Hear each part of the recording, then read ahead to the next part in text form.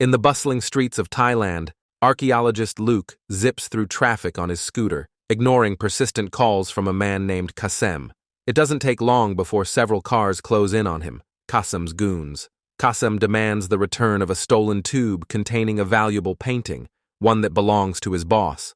One of the men flashes a gun, prompting Luke to feign cooperation. But instead of stopping, he brakes just long enough for the cars to overtake him, then veers off into an alternate route. A high-speed chase kicks off. Luke skillfully weaves through traffic, causing his pursuers to crash.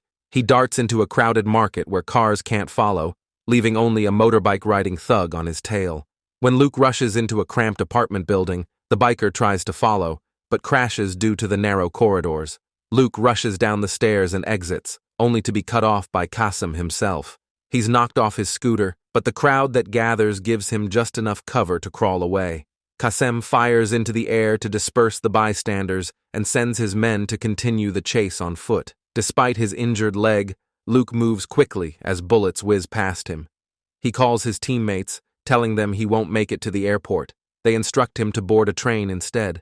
After navigating another bustling market, Luke commandeers a food cart, detaches it from the bike mid-chase, and crashes it into Kasem's car. The resulting fire blinds Kasem, causing him to crash. Police arrive just in time, giving Luke the opportunity to escape. He races to the station, jumps from the bike, and barely manages to leap onto the departing train. Exhausted, he dozes off and dreams of finding a golden mask inside an ancient temple. When he wakes, a mysterious woman named Esme is sitting across from him. She reveals that she retrieves rare artworks, and the men nearby are her agents. She demands the painting, but Luke refuses. Suddenly, one of her men grabs Luke from behind, while Esme lunges for the tube. Luke struggles and headbutts the thug before grabbing Esme's arm. She slips out of her jacket and walks off, but Luke breaks a plate over the thug's head and continues the fight. He manages to fight off another man and chases after Esme. In the scuffle, her knife slices the strap holding the tube. They each grab one end, and as she throws the knife, Luke yanks the tube, sending her crashing into a bathroom. He slams the door and locks her inside. Luke climbs onto the train's roof, waiting for a water tower to get close. When he jumps, he misses the railing and crashes through a nearby shack's roof. Dazed, he contacts his team for a pickup. Meanwhile, in London, Charlotte, Luke's sister, is in a heated meeting with her ex-husband Harold, who wants full custody of their son. Later at her job at the museum, Charlotte is stunned when Luke shows up. Claiming it's a casual visit, she knows he's up to something. He suggests she join him like in the old days, but Charlotte insists her priorities are different now. She's a mom and a curator. Luke then informs her of damage to one of the artworks. As Charlotte inspects it, he discreetly lifts a different painting off the wall. The alarms blare, and the museum locks down.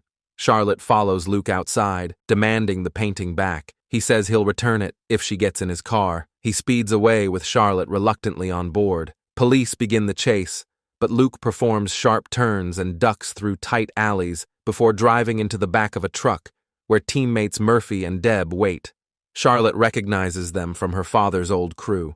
As they argue, Murphy checks the painting. It's not the right one. Luke hands it to Charlotte and sprays her with a knockout mist. She later wakes up alone on a bench. Back at the museum, Inspector Jamal questions Charlotte. Suspicious of her involvement, he's surprised when they realize the stolen painting is back on the wall. Later, Harold refuses to let Charlotte take their son Thomas home, citing police rumors. Furious, Charlotte confronts Luke at a lavish party. He introduces her to Owen, a terminally ill billionaire funding the team's quest for the legendary Fountain of Youth. Charlotte dismisses it as a myth, but Luke insists legends hold truth. Cultures all over the world share this story, and he believes clues have been preserved by secretive families known as the Protectors of the Path. He thinks Esme is one of them. In the 1600s, 6 artists hid clues in 6 paintings, each bearing cryptic signatures reading 6 and 1 in Latin. Charlotte realizes they stole the wrong Rembrandt and reluctantly offers help, swayed by Owen's offer to handle her legal troubles. Later, at a cafe, Luke is approached by Esme, who threatens to eliminate the entire team if they don't give up. The next day, Luke surprises Charlotte by attending Thomas's recital, claiming he's found the right painting. After some debate, she agrees to help retrieve it. The team heads to Ireland, where a sunken cruise ship holds the missing artwork. Using underwater drones and flotation devices, they raise part of the wreck to the surface. Charlotte guides Luke inside using an old map. As they retrieve the painting, Esme and her crew land via helicopter. Tension escalates into a shootout, damaging the ship's flotation tanks. The vessel begins sinking. In the chaos, Luke is captured. Charlotte rescues him with a surprise attack, but then Esme takes her hostage. The ship starts collapsing, and Charlotte breaks free, throwing Esme over the railing. A giant wave floods the chamber and traps Luke. Charlotte dives in and rescues him just in time. They're pulled from the sea by their team. Back in London, Harold informs Charlotte he's moving to Japan and wants her to take Thomas. She realizes Owen made this happen to help her. The team gathers to study the new painting. The symbols spell wicked, referring to the infamous Wicked Bible, which contained a printing error, "Thou shalt commit adultery." They theorize the misprint was intentional and used to hide clues to the fountain's location. Only one copy remains. Just then, police storm the hideout, but Kassem and his men burst in with weapons. Luke bargains, offering himself and the paintings in exchange for the team's safety. When Kassem agrees, Luke uses a distraction to trigger a fight, allowing police to overpower the criminals. Luke escapes on a boat as the chaos ends. Later, he dreams of the fountain again, this time drinking from it, only to see Charlotte and Thomas rapidly age. A voice yells, "Don't drink," and he wakes up on a flight to Austria. The last Wicked Bible is stored there. Owen keeps Thomas busy at a restaurant, while Luke, Charlotte, and Deb inspect the Bible. A librarian mentions a second misprint containing a vulgar word. Murphy, keeping watch, spots Esme arriving. Luke confronts her, and they fight using library furniture. She tries to strangle him with a rope, but he flips her onto a chandelier. Inside, the team puts the librarian to sleep, steals the Bible, and escapes through a sewer tunnel blown open by a small bomb. Meanwhile, thugs try to kidnap Owen, but he easily defeats them, keeping Thomas safe. At a hotel, the team discovers a pattern hidden in the Bible's edges, numbers 1 through 7. Thomas realizes they represent musical notes, an ancient song that pays tribute to the 7 wonders. Overlaying the painting's map path with the wonders reveals one misalignment, the pyramids of Giza. That must be where the fountain lies. They fly to Egypt, where hidden scans show unreached chambers beneath the pyramids. A professor gives them a tour, but Owen grows impatient and begins drilling. Jamal arrives but is denied entry, until he returns with backup, igniting a gunfight.